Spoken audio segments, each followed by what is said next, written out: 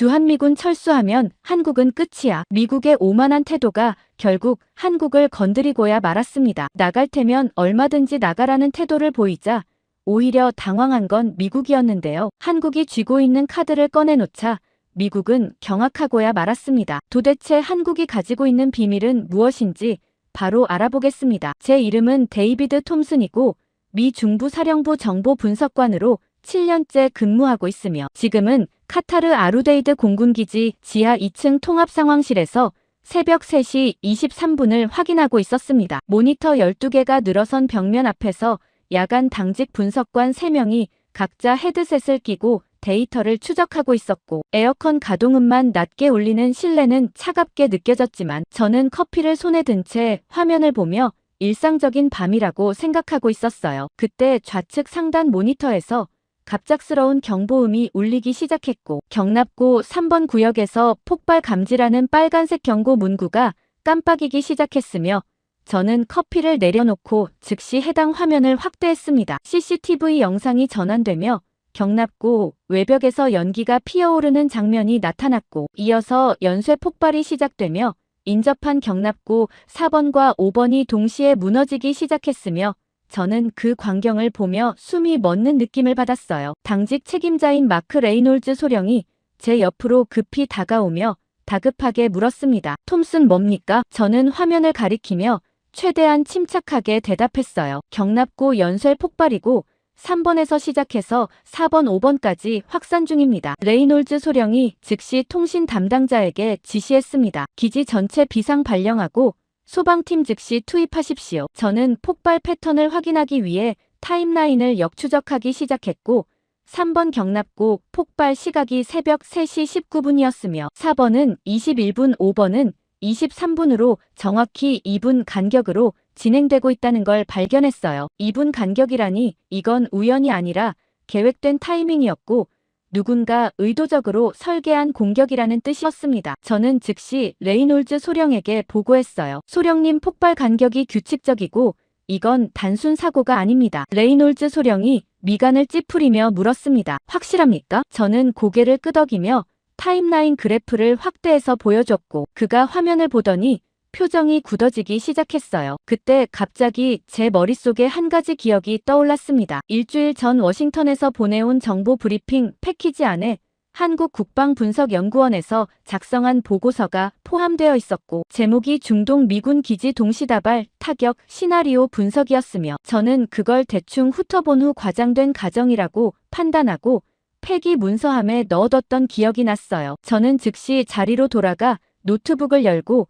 휴지통 폴더를 뒤지기 시작했습니다. 파일명을 검색하자 KIDA 중동 기지 타격 분석이라는 PDF가 나타났고 저는 파일을 복구해서 열었어요. 보고서 첫 페이지에는 공격 예상 패턴이 도표로 정리되어 있었고 경납고 3번, 4번, 5번이 순차적으로 표시되어 있었으며 폭발 간격은 2분으로 명시되어 있었습니다. 저는 화면을 보며 얼어붙었어요. 지금 벌어지는 상황과 정확히 일치했고 심지어 경납고 번호까지 동일했으며 이건 우연이 아니라 한국 분석팀이 이미 예측했던 시나리오였습니다. 저는 즉시 레이놀즈 소령에게 다가가 노트북을 보여주며 급히 말했어요. 소령님, 한국에서 올라온 보고서가 이 상황을 정확히 예측했습니다. 레이놀즈 소령이 화면을 보더니 당황하며 물었습니다. 언제 받은 겁니까? 저는 난처한 표정으로 대답했어요. 일주일 전이고 당시 회의에서 과장된 시나리오로 판단돼서 폐기됐습니다. 레이놀즈 소령이 저를 노려보며 소리쳤습니다. 폐기라니 누가 결정했습니까? 저는 조심스럽게 대답했어요. 워싱턴 브리핑 회의에서 상부 지시로 내려왔고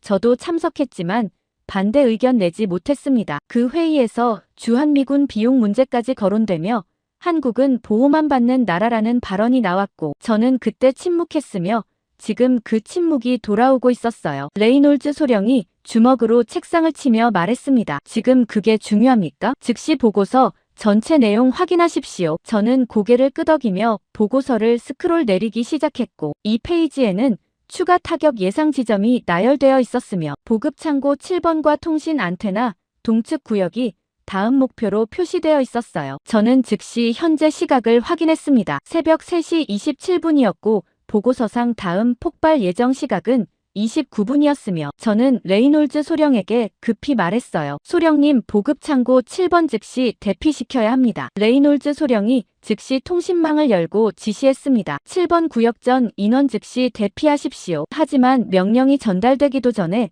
화면 우측 하단 모니터에서 새로운 경보가 울렸고 보급창고 7번 폭발 감지라는 문구가 나타났으며 CCTV 영상에는 거대한 화염이 치솟는 장면이 표시되고 있었어요. 저는 그 광경을 보며 손이 떨리기 시작했습니다. 한국 보고서가 맞았고 우리가 무시한 예측이 지금 눈앞에서 그대로 실현되고 있는 거였으며 이건 단순 정보 실패가 아니라 우리 판단 자체가 틀렸다는 증거였어요. 저는 보고서 3페이지를 급히 열었고 거기에는 공격 목적 분석이 적혀 있었습니다. 미군 이동 경로 연계 차단 작전으로 추정되며 유럽 전선 병력 재배치와 시기적으로 연동될 가능성 높음이라는 문구였고 저는 그 문장을 읽으며 미간을 찌푸렸어요. 유럽 전선 병력 재배치라니 당시 회의에서 그 부분도 과도한 연결이라며 기각됐던 내용이었고 저는 즉시 워싱턴에 긴급 보고를 올리기로 결정했습니다. 암호화 채널을 열어 보고서를 첨부하고 제목에 한국 예측 시나리오 현재 진행 중이라고 입력했으며 긴급 등급을 최상위로 설정해서 전송했어요. 30분 후 워싱턴에서 회신이 왔고 레이놀즈 소령과 함께 확인했습니다. 메시지에는 현 상황 파악 중이며 유럽 병력 이동 계획은 예정대로 진행한다는 내용이 적혀 있었고 저는 그 문구를 보며 얼어붙었어요. 예정대로 진행이라니 한국 보고서는 명확하게 중동 공격과 유럽 재배치가 연계되어 있다고 경고했는데 워싱턴은 여전히 무관하다고 판단하고 있었고 이건 또 한 번 같은 실수를 반복하는 거였습니다. 저는 레이놀즈 소령에게 급히 말했어요. 소령님, 이동 중단 요청해야 합니다. 레이놀즈 소령이 난처한 표정으로 대답했습니다. 톰슨, 이건 우리 권한 바뀌고 워싱턴 결정입니다. 저는 보고서를 다시 열어 4페이지를 확인했고 거기에는 공격 좌표와 미군 이동 예정 경로가 겹치는 지점이 지도로 표시되어 있었으며 유럽 폴란드 전진기지로 향하는 이동 경로 중간에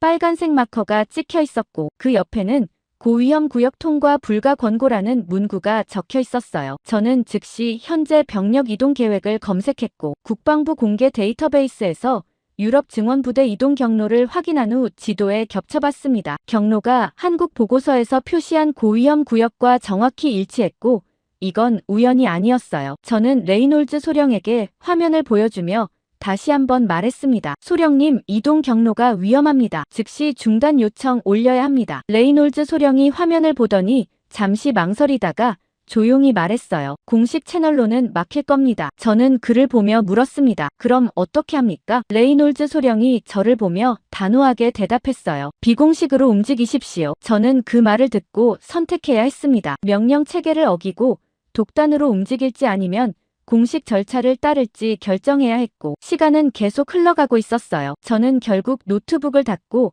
자리에서 일어나며 조용히 말했습니다. 보고서 다시 파헤치겠습니다. 레이놀즈 소령이 고개를 끄덕였고 저는 상황실을 나와 복도를 걸으며 생각했어요. 한국 보고서는 경고가 아니라 이미 설계된 작전을 분석한 것일 가능성이 높았고 우리는 그걸 무시했으며 지금 그 대가를 치르기 시작했고 멈출 방법을 찾아야 했지만 명령을 어겨야만 가능했으며 저는 이미 그 선택을 한 거였습니다. 워싱턴 복귀 사흘 후 저는 국방부 본관 3층 긴급회의실에 앉아 있었고 목요일 오후 2시였지만 블라인드가 내려져 있어 실내는 어두웠으며 타원형 테이블 주위로 국방부 작전국장 제임스 해리슨 준장과 상무부 차관보 2명과 CIA 연락관이 긴장된 표정으로 앉아 있었습니다. 저는 배정된 자리에서 노트북을 펼쳐놓고 한국 보고서 원본과 중동 기지 피해 현황을 정리한 슬라이드를 준비하고 있었고 정면 대형 스크린에는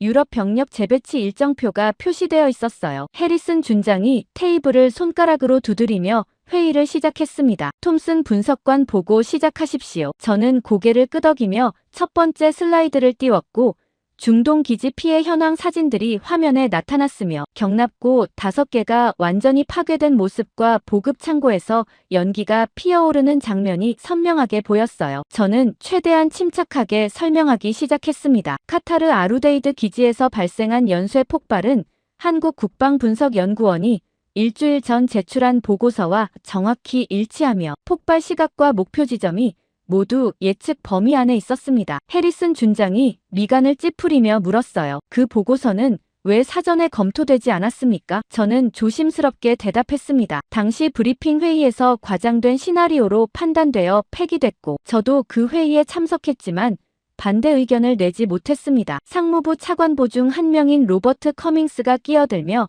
불쾌한 표정으로 말했어요. 과장된 시나리오라니 누가 그렇게 판단했습니까? 저는 회의록을 확인하며 대답했습니다. 작전국 브리핑에서 복수의 참모가 동의했고 최종 결정은 상부에서 내려왔습니다. 해리슨 준장이 테이블을 치며 소리쳤습니다. 지금 책임 회피하는 겁니까? 저는 그를 보며 침착하게 말했어요. 책임 회피가 아니라 사실관계를 설명하는 겁니다. 회의실 안이 순간적으로 조용해졌고 저는 다음 슬라이드를 넘기며 계속 설명했습니다. 한국 보고서는 중동 공격과 유럽 병력 재배치가 연동되어 있다고 분석했고 구체적으로 이동 경로상의 고위험 구역을 명시했으며 현재 계획된 이동 경로가 해당 구역과 겹칩니다. 화면에는 한국 보고서에서 가져온 지도가 나타났고 유럽으로 향하는 미군 이동 경로 위에 빨간색 위험 표시가 여러 개 찍혀 있었으며 그중 하나가 폴란드 전진기지로 가는 중간 지점과 정확히 일치했어요. 저는 레이저 포인터로 해당 지점을 가리키며 말했습니다. 이 구역을 통과하는 병력 이동을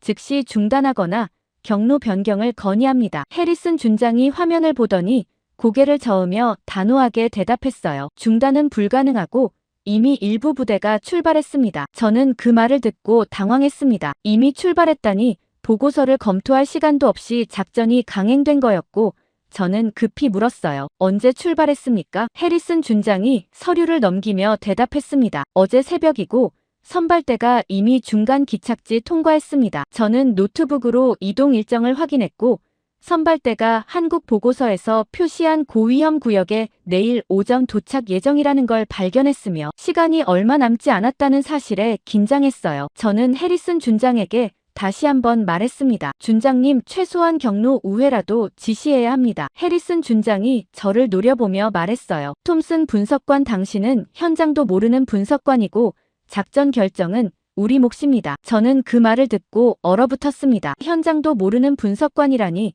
저는 중동 기지에서 직접 폭발을 목격했고 한국 보고서가 맞았다는 걸 확인했는데 여전히 제 의견은 무시되고 있었어요. 그때 CIA 연락관이 조용히 끼어들며 말했습니다. 준장님, 한국 측 의도를 확인할 필요 있습니다. 해리슨 준장이 그를 보며 물었어요. 무슨 의도입니까? CIA 연락관이 태블릿을 조작하며 설명했습니다. 한국이 이 보고서를 통해 우리 작전 일정에 개입하려는 의도가 있을 수 있고 협조를 빌미로 다른 요구를 할 가능성도 배제할 수 없습니다. 저는 그 말을 듣고 황당했습니다. 개입 의도라니. 한국은 명백히 위험을 경고했고 우리가 무시한 거였는데 오히려 의도를 의심하고 있었어요. 저는 조심스럽게 반박했습니다. 한국 보고서는 경고 목적이었고 실제로 중동 예측이 정확히 맞았습니다. 커밍스 차관보가 저를 보며 냉소하며 말했어요. 톰슨 분석관, 한국이 협조하지 않으면 우리도 카드가 있습니다. 저는 그를 보며 물었습니다. 무슨 카드입니까? 커밍스 차관보가 해리슨 준장을 보며 고개를 끄덕였고 해리슨 준장이 서류 하나를 꺼내 테이블 중앙에 놓으며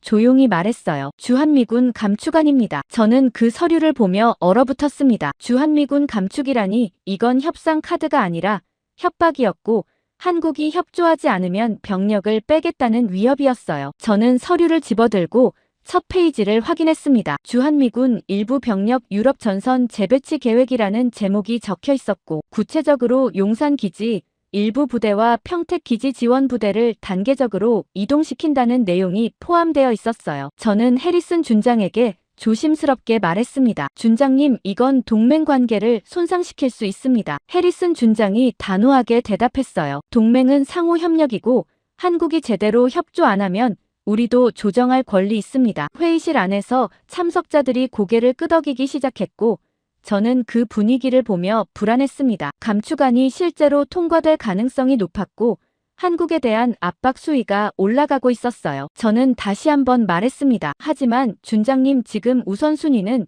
유럽 이동부대 안전 아닙니까? 해리슨 준장이 저를 보며 차갑게 대답했습니다. 우선순위는 내가 정하고 당신은 분석이나 하십시오. 저는 그 말을 듣고 더 이상 반박하지 않았습니다. 회의실 분위기는 이미 결정된 상태였고 제 의견은 받아들여지지 않을 게 분명했어요. 해리슨 준장이 회의를 정리하며 말했습니다. 유럽 병력 이동은 예정대로 진행하고 주한미군 감축안도 동시에 준비합니다. 저는 그 지시를 듣고 선택해야 했습니다. 회의 결정을 따를지 아니면 독단으로 한국 측에 경고를 전달할지 결정해야 했고 시간은 계속 흘러가고 있었어요. 회의가 끝나고 저는 복도로 나와 제 사무실로 돌아왔습니다. 책상 위에는 중동 기지 추가 피해 보고서가 쌓여 있었고 모두 한국 보고서 예측 범위 안에 있는 내용들이었으며 저는 의자에 앉아 창밖을 보며 생각했어요. 유럽 병력 이동이 강행되고 주한미군 감축까지 준비되는 동안 저는 뭔가 더 큰 흐름을 놓치고 있다는 느낌이 들었고 한국 보고서가 단순 경고가 아니라 이미 시작된 작전을 분석한 것일 가능성이 머릿속을 떠나지 않았습니다. 그날 저녁 8시에 긴급 속보가 터졌고 저는 사무실 모니터로 CNN 뉴스를 확인했어요. 화면 속 앵커가 읽고 있는 뉴스 제목은 중동 미군 기지 추가 타격 발생이었고 이번에는 이라크 아인 아라사드 기지에서 대규모 폭발이 발생했으며 동시에 유럽 폴란드 인근에서 러시아군 기갑부대가 국경 지역에 집결하기 시작했다는 보도가 이어졌습니다. 저는 화면을 보며 얼어붙었습니다. 중동 추가 타격과 유럽 러시아군 움직임이 동시에 발생했고 이건 우연이 아니라 연계된 작전이었으며 한국 보고서가 예측했던 바로 그 시나리오가 지금 눈앞에서 펼쳐지고 있었어요. 저는 즉시 노트북을 열어 한국 보고서 5페이지를 확인했고 거기에는 중동 2차 타격 후 유럽 전선 동시 불안정화 예상이라는 섹션이 있었으며 구체적으로 러시아군 기갑부대 집결 가능성까지 언급되어 있었습니다. 저는 그 문장을 읽으며 손이 떨리기 시작했어요. 한국은 이미 알고 있었고 우리는 계속 무시했으며 지금 세 개의 사건이 하나로 연결되고 있었고 중심에는 우리가 폐기했던 그 보고서가 있었으며 저는 이제 이게 경고가 아니라 이미 시작된 작전의 분석이었다는 반전을 확신하게 됐고 멈출 방법을 찾기 위해서는 명령을 완전히 어겨야 한다는 걸 깨달았습니다. 긴급 속보 확인 이틀 후 저는 폴란드 포즈난 전진기지 작전 통제실에 서 있었고 토요일 오전 11시였지만 실내는 형광등 불빛만 밝게 켜져 있었으며 정면 모니터 8개에는 국경 지역 실시간 위성 영상이 표시되고 있었습니다. 저는 워싱턴에서 긴급 파견된 지 12시간째였고 유럽 증원 부대와 함께 수송기로 이동해 새벽에 도착했으며 현장 지휘관인 토머스 브래들리 대령이 제 옆에서 태블릿으로 병력 배치 현황을 확인하고 있었어요. 브래들리 대령이 화면을 가리키며 조용히 말했습니다. 톰슨 분석관 선발대가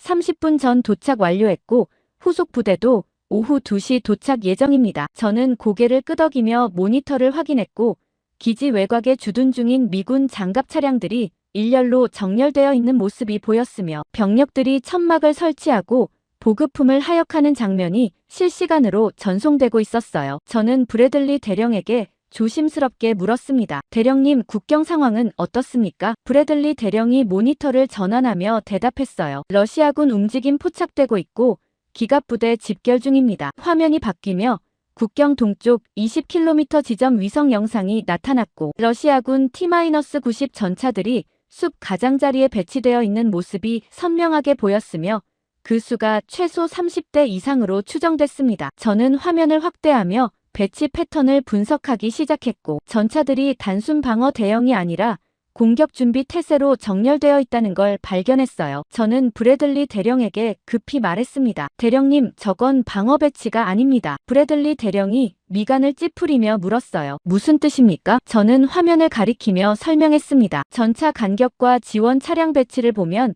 단기 돌파 작전 준비 상태이고 타이밍이 우리 병력 도착과 겹칩니다. 브래들리 대령이 화면을 보더니 난처한 표정으로 말했어요. 하지만 명령은 배치 완료까지 강행입니다. 저는 그 말을 듣고 불안했습니다. 명령 강행이라니 워싱턴은 여전히 현장 상황을 제대로 파악하지 못하고 있었고 러시아군 움직임을 과소평가하고 있었어요. 저는 노트북을 열어 한국 보고서를 다시 확인하기 시작했고 6페이지에는 유럽 전선 연계 분석이라는 섹션이 있었으며 구체적으로 미군 병력 이동 좌표와 러시아군 배치 예상 지점이 지도로 표시되어 있었습니다. 저는 현재 위성 영상 좌표를 한국 보고서 지도에 겹쳐보기 시작했고 러시아군 전차 배치 위치가 보고서 예측 지점과 오차 3km 이내로 일치한다는 걸 발견했어요. 저는 화면을 보며 얼어붙었습니다. 또 맞았고 한국 보고서는 중동 공격뿐 아니라 유럽 러시아군 움직임까지 예측하고 있었으며 이건 단순 분석이 아니라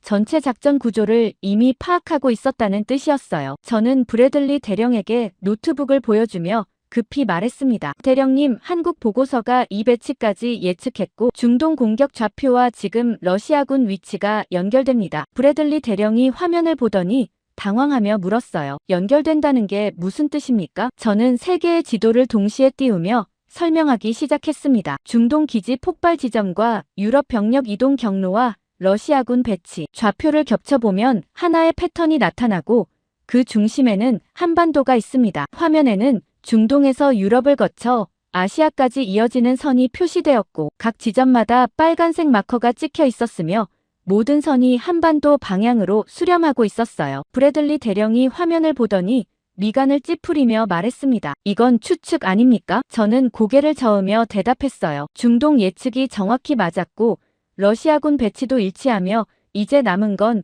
우리 병력이 다음 단계로 넘어가는 겁니다. 브래들리 대령이 잠시 침묵하다가 조용히 물었습니다. 다음 단계가 뭡니까? 저는 한국 보고서 7페이지를 열며 대답했어요. 병력 이동 중 추가 타격 발생 가능성이고 구체적으로 이동 경로상의 보급 거점이 목표가 될 수 있습니다. 브래들리 대령이 즉시 작전 지도를 확인했고 우리 후속 부대가 통과할 보급 거점이 3곳 표시되어 있었으며 그중 하나가 한국 보고서에서 언급한 고위험 구역과 겹쳤어요. 저는 해당 지점을 가리키며 말했습니다. 대령님, 여기입니다. 브래들리 대령이 화면을 확대하며 난처한 표정으로 말했어요. 하지만 후속 부대는 이미 출발했고 경로 변경 시간이 없습니다. 저는 그 말을 듣고 긴장했습니다. 경로 변경 불가라니 우리는 한국 보고서가 경고한 위험 구역으로 병력을 그대로 보내고 있었고 시간이 얼마 남지 않았어요. 그때 통신 담당자가 급히 보고했습니다. 대령님, 중동에서 긴급 전문 왔습니다. 브래들리 대령이 즉시 화면을 확인했고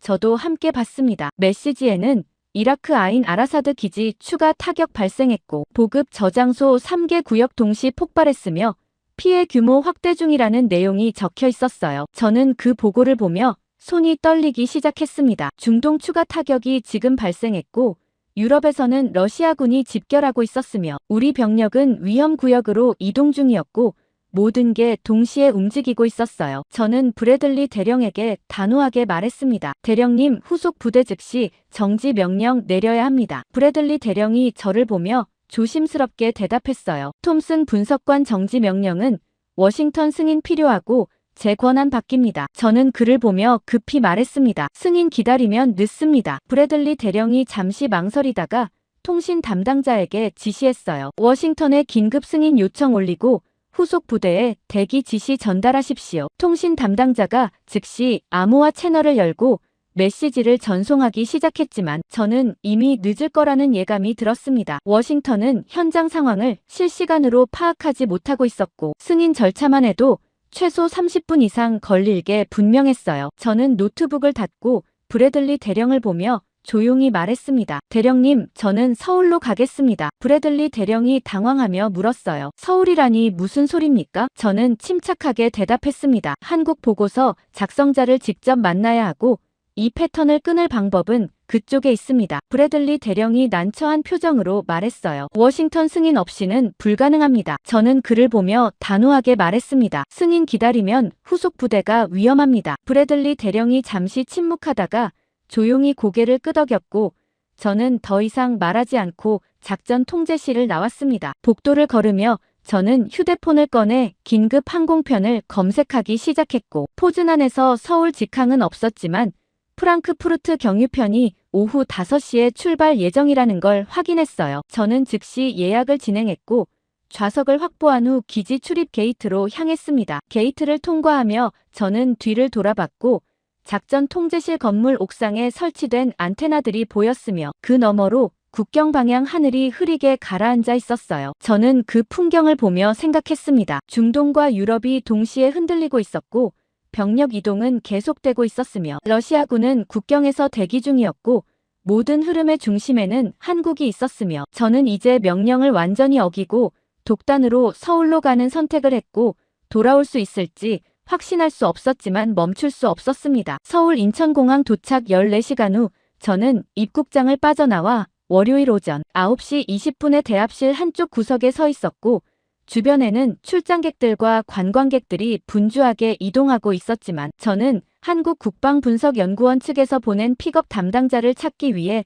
출구 쪽을 계속 확인하고 있었습니다. 워싱턴에서 승인받지 못한 채 출발했기 때문에 공식 영접은 없었고 저는 프랑크푸르트 경유 중에 한국 대사관 국방무관실에 긴급 연락을 넣어 KIDA 연결을 요청했으며 새벽 2시에 회신이 왔고 담당자 파견 예정이라는 짧은 답변만 받았어요. 저는 캐리어를 끌고 출구 근처 벤치에 앉아 주변을 살폈고 군복을 입은 장성이나 정장 차림의 관료가 나타날 거라고 예상했지만 10분이 지나도 아무도 나타나지 않았으며 저는 휴대폰을 꺼내 다시 확인 메시지를 보내려는 순간 누군가 제 앞에 멈춰 섰습니다. 평범한 검은색 정장을 입은 남자였고 나이는 40대 중반쯤으로 보였으며 키는 175cm 정도였고 안경을 쓰고 있었지만 표정은 무표정했어요. 그가 저를 보며 조용히 물었습니다. 톰슨 분석관입니까? 저는 고개를 끄덕이며 자리에서 일어났고 그에게 악수를 청하며 물었어요. 국방분석연구원에서 나오셨습니까? 남자가 짧게 고개를 끄덕이며 악수를 받았고 저는 그의 손이 생각보다 단단하다는 걸 느꼈으며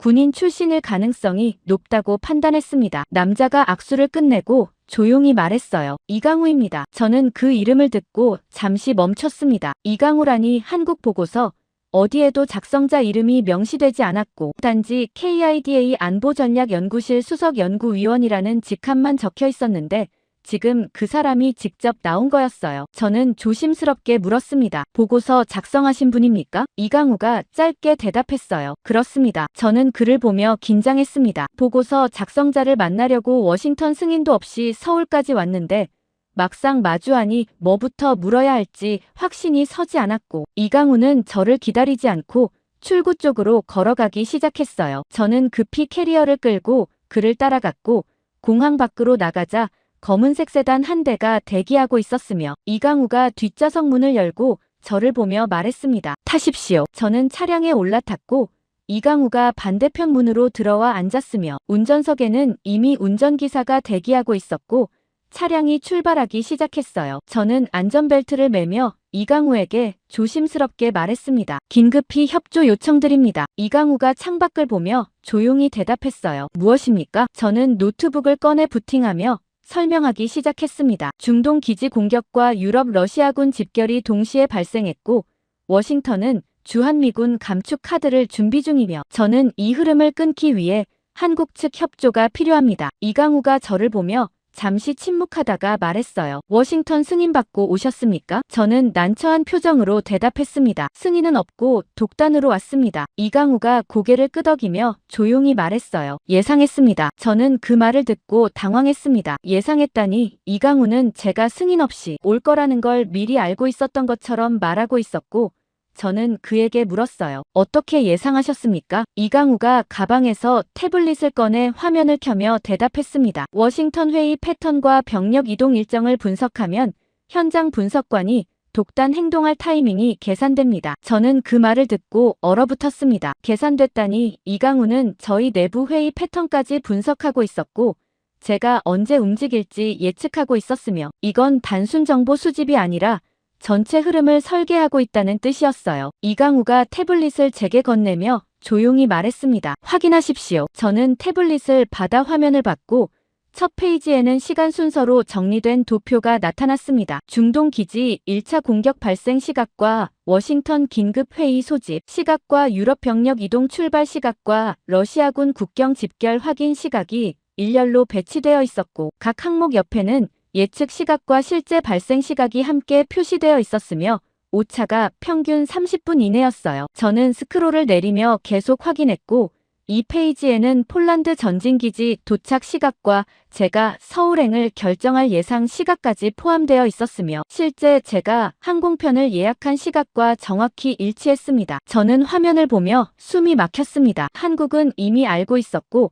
제가 중동 기지에서 보고서를 발견하는 순간부터 폴란드로 이동하고 서울로 오는 흐름까지 전부 예측하고 있었으며 이건 사후 분석이 아니라 사전 설계였어요. 저는 이강우에게 조심스럽게 물었습니다. 이 전개를 언제부터 알고 계셨습니까? 이강우가 창밖을 보며 침착하게 대답했어요. 3개월 전부터입니다. 저는 그 말을 듣고 당황했습니다. 3개월 전이라니 중동 공격이 발생하기 훨씬 전부터 한국은 이미 전체 시나리오를 파악하고 있었고 저희에게 보고서를 보낸 건 경고가 아니라 확인 절차였던 거예요. 저는 태블릿을 내려놓고 이강우를 보며 말했습니다. 그럼 왜 미리 막지 않으셨습니까? 이강우가 저를 보며 조용히 대답했어요. 막을 수 없었습니다. 저는 미간을 찌푸리며 물었습니다. 왜 불가능합니까? 이강우가 태블릿을 다시 조작하며 설명했습니다. 워싱턴은 저희 보고서를 신뢰하지 않았고 오히려 과장으로 판단했으며 공식 채널로는 개입 불가능했습니다. 저는 그 말을 듣고 인정할 수밖에 없었습니다. 실제로 워싱턴 회의에서 한국 보고서는 폐기됐고 주한미군 비용 문제까지 거론되며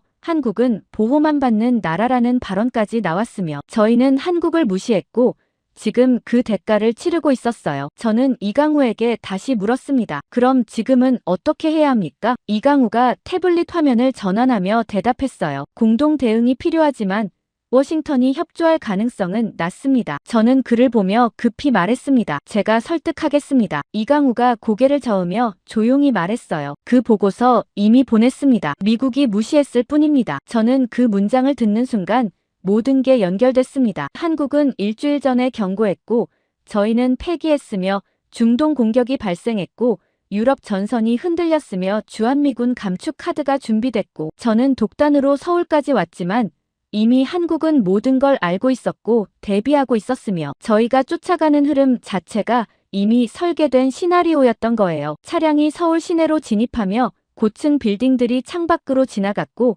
이강우가 조용히 말했습니다. 곧 도착합니다. 저는 창밖을 보며 생각했습니다. 저는 협조를 요청하러 왔지만 실제로는 한국이 이미 준비한 대응 체계 안으로 들어가고 있었고 주도권은 처음부터 이쪽에 있었으며 저희는 따라가고 있을 뿐이었고 이제 남은 건 이 사실을 워싱턴에 어떻게 보고할지 결정하는 것뿐이었지만 보고한다고 해서 믿을지 확신할 수 없었습니다. 차량 도착 30분 후 저는 서울 용산구 지하 3층 합동 상황실에 서 있었고 월요일 오전 11시였지만 실내는 형광등과 모니터 불빛만 밝게 켜져 있었으며 정면 대형 스크린에는 한반도 전역 군사 배치 현황이 실시간으로 표시되고 있었습니다. 이강우가 제 옆에서 태블릿으로 데이터를 확인하고 있었고 상황실 안에는 한국군 장교 6명이 각자 배정된 모니터 앞에 앉아 긴장된 표정으로 화면을 추적하고 있었으며 저는 주변을 살피며 이곳이 단순 분석실이 아니라 실제 작전을 통제하는 지휘소라는 걸 느꼈어요. 이강우가 스크린을 가리키며 조용히 말했습니다. 실시간 전력 배치 현황이고 북한 동향도 함께 추적 중입니다. 저는 화면을 확대해서 봤고 동해안과 서해안에 한국 해군 함정들이 배치되어 있는 모습이 파란색 마커로 표시되어 있었으며 공군 전투기 출격 대기 상태도 별도 창에 실시간으로 업데이트되고 있었어요. 저는 이강우에게 조심스럽게 물었습니다. 미군 철수 가능성에 대비하고 계십니까? 이강우가 고개를 끄덕이며 대답했어요. 이미 대비 완료했습니다. 저는 그 말을 듣고 긴장했습니다. 대비 완료라니 한국은 주한미군 감축 시나리오를 이미 예상하고 준비하고 있었고 이건 단순 방어 태세가 아니라 독자 작전 체계로 전환할 준비가 되어 있다는 뜻이었어요. 그때 상황실 우측 모니터에서 경보음이 울렸고 담당 장교가 급히 보고했습니다. 워싱턴에서 공식 메시지 도착했습니다. 이강우가 즉시 해당 모니터로 이동했고 저도 따라가서 화면을 확인했습니다. 메시지 제목에는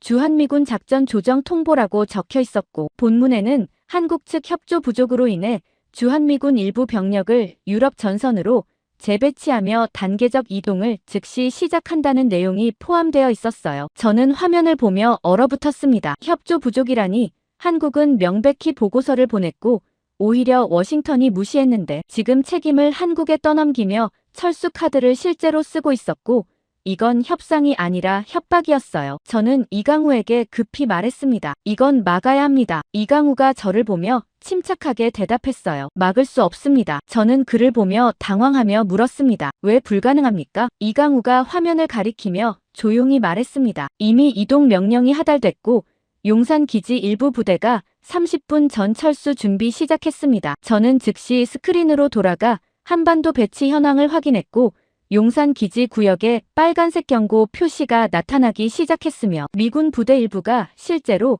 이동 준비 중이라는 상태 메시지가 표시되고 있었어요. 저는 이강우에게 다시 말했습니다. 협조를 재요청해야 합니다. 이강우가 고개를 저으며 단호하게 대답했어요. 협조 재요청은 무의미하고 저희는 이미 결정했습니다. 저는 미간을 찌푸리며 물었습니다. 무슨 결정입니까? 이강우가 태블릿을 조작하며 화면을 스크린에 연동시켰고 새로운 배치도가 나타났습니다. 한국군 독자 방어 태세 전환 계획이라는 제목이 적혀 있었고 구체적으로 주한미군이 담당하던 구역을 한국군이 단계적으로 인수하는 일정이 상세하게 표시되어 있었어요. 저는 화면을 보며 충격을 받았습니다. 독자 방어 태세라니 한국은 미군 철수를 막으려는 게 아니라 오히려 받아들이고 자체 체계로 전환하려는 거였고 이건 예상 밖의 반응이었어요. 저는 이강우에게 조심스럽게 말했습니다. 하지만 미군 없이는 북한 억제력이 약화됩니다. 이강우가 저를 보며 침착하게 대답했어요. 약화되지 않습니다. 저는 그 확신에 당황했고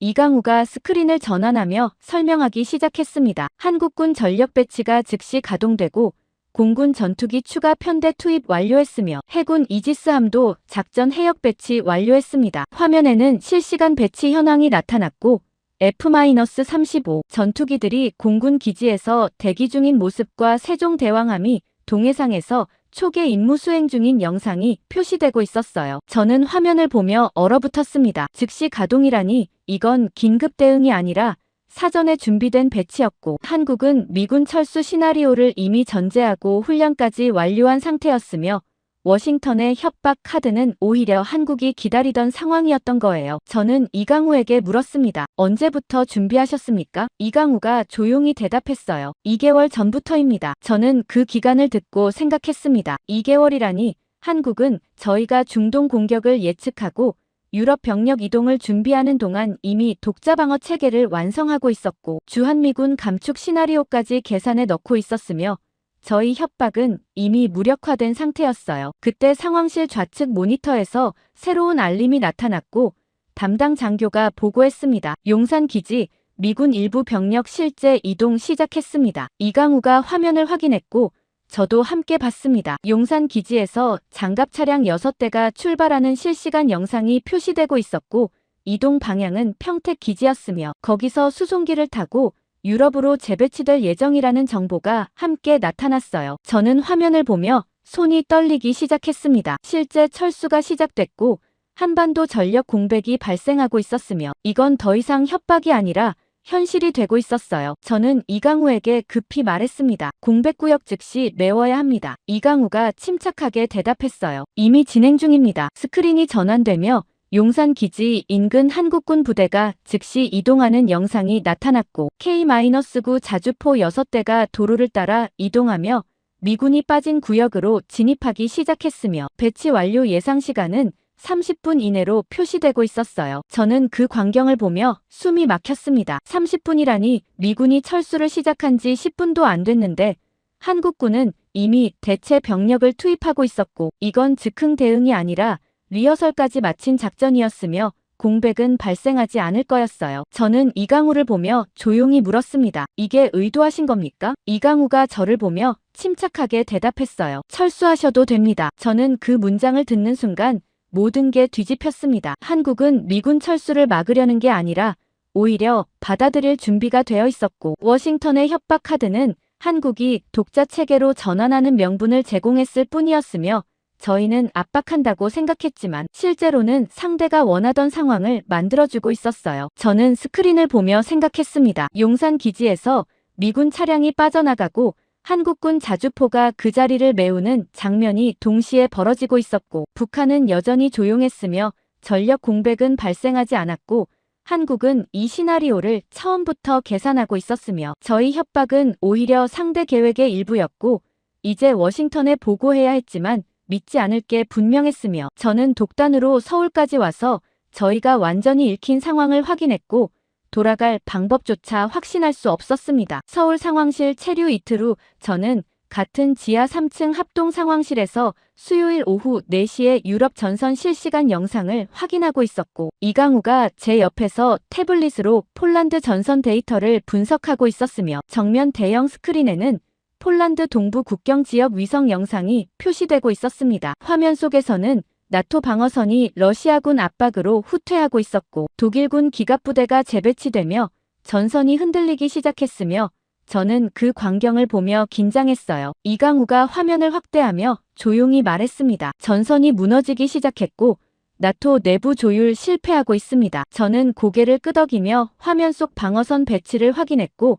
독일과 폴란드 부대 간 간격이 벌어지고 있었으며 그 공백으로 러시아군 정찰 차량들이 침투하는 모습이 포착되고 있었어요. 저는 이강우에게 물었습니다. 지원 가능합니까? 이강우가 태블릿을 조작하며 대답했어요. 이미 진행 중입니다. 화면이 전환되며 폴란드 후방 보급 거점 영상이 나타났고 거대한 야적장에 한국산 K-9 자주포 30여 대가 줄지어 배치되어 있었으며 그 옆으로 포탄 컨테이너들이 산더미처럼 쌓여 있었어요. 저는 화면을 보며 당황했습니다. K-9 자주포라니 저는 폴란드가 한국 무기를 도입했다는 건 알고 있었지만 이렇게 대규모로 배치된 줄은 몰랐고 보급 속도도 예상보다 빨라 보였어요. 저는 이강우에게 조심스럽게 물었습니다. 언제 배치됐습니까? 이강우가 침착하게 대답했어요. 3주 전부터 단계적으로 투입했고 현재 작전 가능 상태입니다. 저는 그 기간을 듣고 긴장했습니다. 3주 전이라니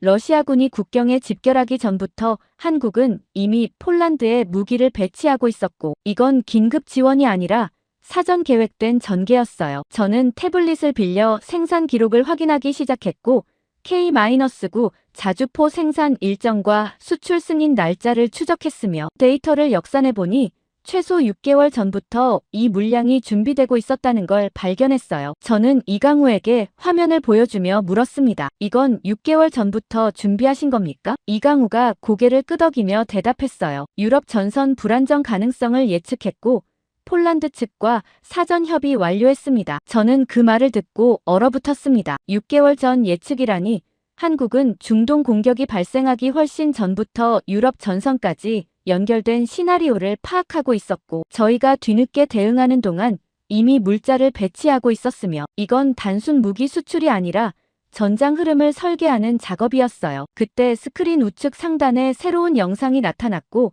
담당 장교가 보고했습니다. K-9 자주포 전선 투입 시작됐습니다. 화면이 확대되며 K-9 자주포 6대가 도로를 따라 이동하는 장면이 나타났고 폴란드군 호위 차량들이 앞뒤로 동행하고 있었으며 목적지는 러시아군 압박이 가장 심한 동부 방어선이라는 정보가 표시되고 있었어요. 저는 화면을 보며 손이 떨리기 시작했습니다. 전선 투입이라니 한국산 무기가 실제 전장에 배치되고 있었고 나토가 흔들리는 동안 한국이 공백을 메우기 시작했으며 이건 지원이 아니라 개입이었어요. 이강우가 조용히 말했습니다. 15분 후 사격 시작 예정입니다. 저는 시계를 확인했고 오후 4시 23분이었으며 사격 시작 예정 시각은 4시 38분이라는 계산이 나왔어요. 저는 스크린을 계속 주시했고 K-9 자주포들이 지정된 위치에 도착해서 포신을 전개하기 시작했으며 폴란드군 관측병들이 좌표를 전달하는 모습이 영상으로 전송되고 있었어요. 시간이 흘러 오후 4시 38분이 되었고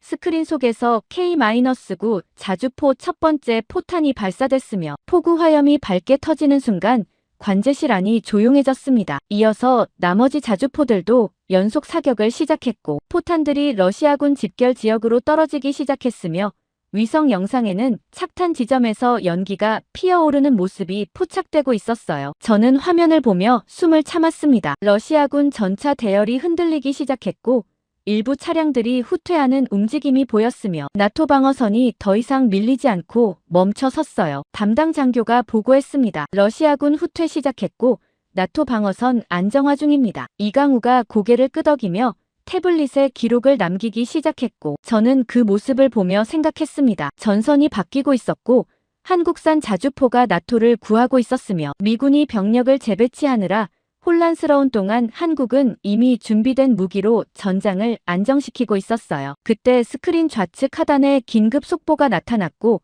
저는 화면을 확인했습니다. 북한이 러시아의 병력과 탄약 지원 시작했다는 제목이었고 구체적으로 북한군 공병부대 2,000명이 러시아로 이동 중이며 포탄 10만 발도 함께 수송되고 있다는 내용이 포함되어 있었어요. 저는 화면을 보며 긴장했습니다. 북한 지원이라니 전선이 확대되고 있었고 러시아는 병력 손실을 북한으로 보충하려 하고 있었으며 이건 단순 국지전이 아니라 글로벌 구조로 번지고 있었어요. 저는 이강우에게 급히 물었습니다. 이것도 예상하셨습니까? 이강우가 침착하게 대답했어요. 예상했고 이미 대비 완료했습니다. 저는 당황하며 물었습니다. 어떻게 대비합니까? 이강우가 태블릿 화면을 전환하며 보여줬고 거기에는 확대된 전쟁 구조 시나리오라는 제목의 문서가 나타났으며 북한 러시아 지원 단계와 중국 개입 가능성과 중동 추가 확전 시나리오가 단계별로 정리되어 있었어요. 저는 문서를 보며 얼어붙었습니다. 확대된 전쟁 구조라니